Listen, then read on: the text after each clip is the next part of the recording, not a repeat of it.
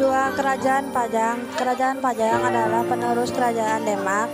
Pendiri kerajaan ini adalah Jaka Tingkir alias Sultan Adiwijaya, menantu Sultan Trenggono, Raja Demak ketiga sebelum mendirikan kerajaan. Jaka Tingkir diangkat oleh Sultan Trenggono menjadi penguasa Adipati Pajang.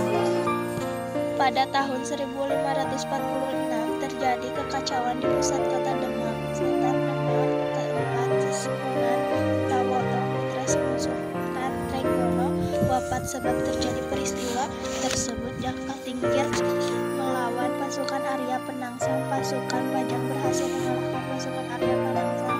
Kemudian Jaka Tingkir segera mengambil alih kekuasaan dan memindahkan pusat pemerintahan kerajaan Islam itu ke pedalaman Pulau Jawa di daerah Pajang dengan nama Kerajaan Pajang.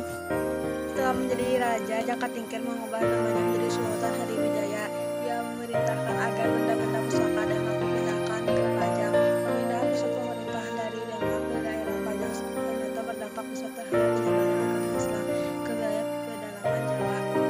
Agama Islam yang sebelumnya banyak dianut oleh penduduk sekitar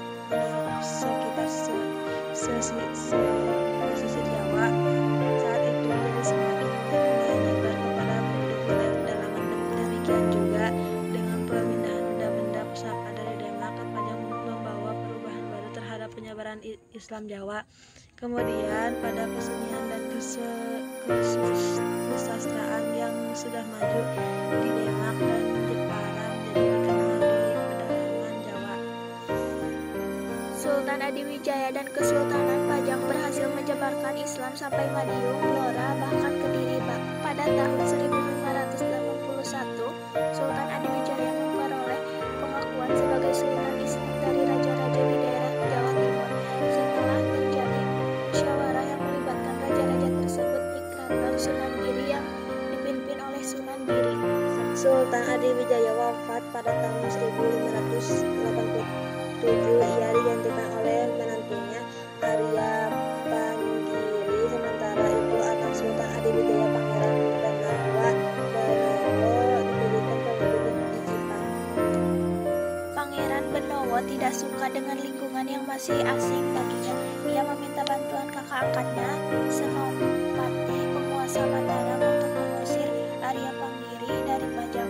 Setelah usahanya berhasil, sebagai balas jasa atau usaha Senopati, Pangeran Benowo menyerahkan hak warisan ayahnya. Akan tetapi Senopati ingin tetap tinggal di Mataram dan hanya meminta pusaka kerajaan Pajang saja. Saat itu Mataram sedang dalam proses untuk menjadi sebuah kerajaan yang besar. Akhirnya Pangeran Benowo menjadi penguasa Pajang, namun di bawah perlindungan Mataram. Mulai saat itu Pajang sepenuhnya berada di bawah kekuasaan Mataram. Riwayat Kerajaan Pajang berakhir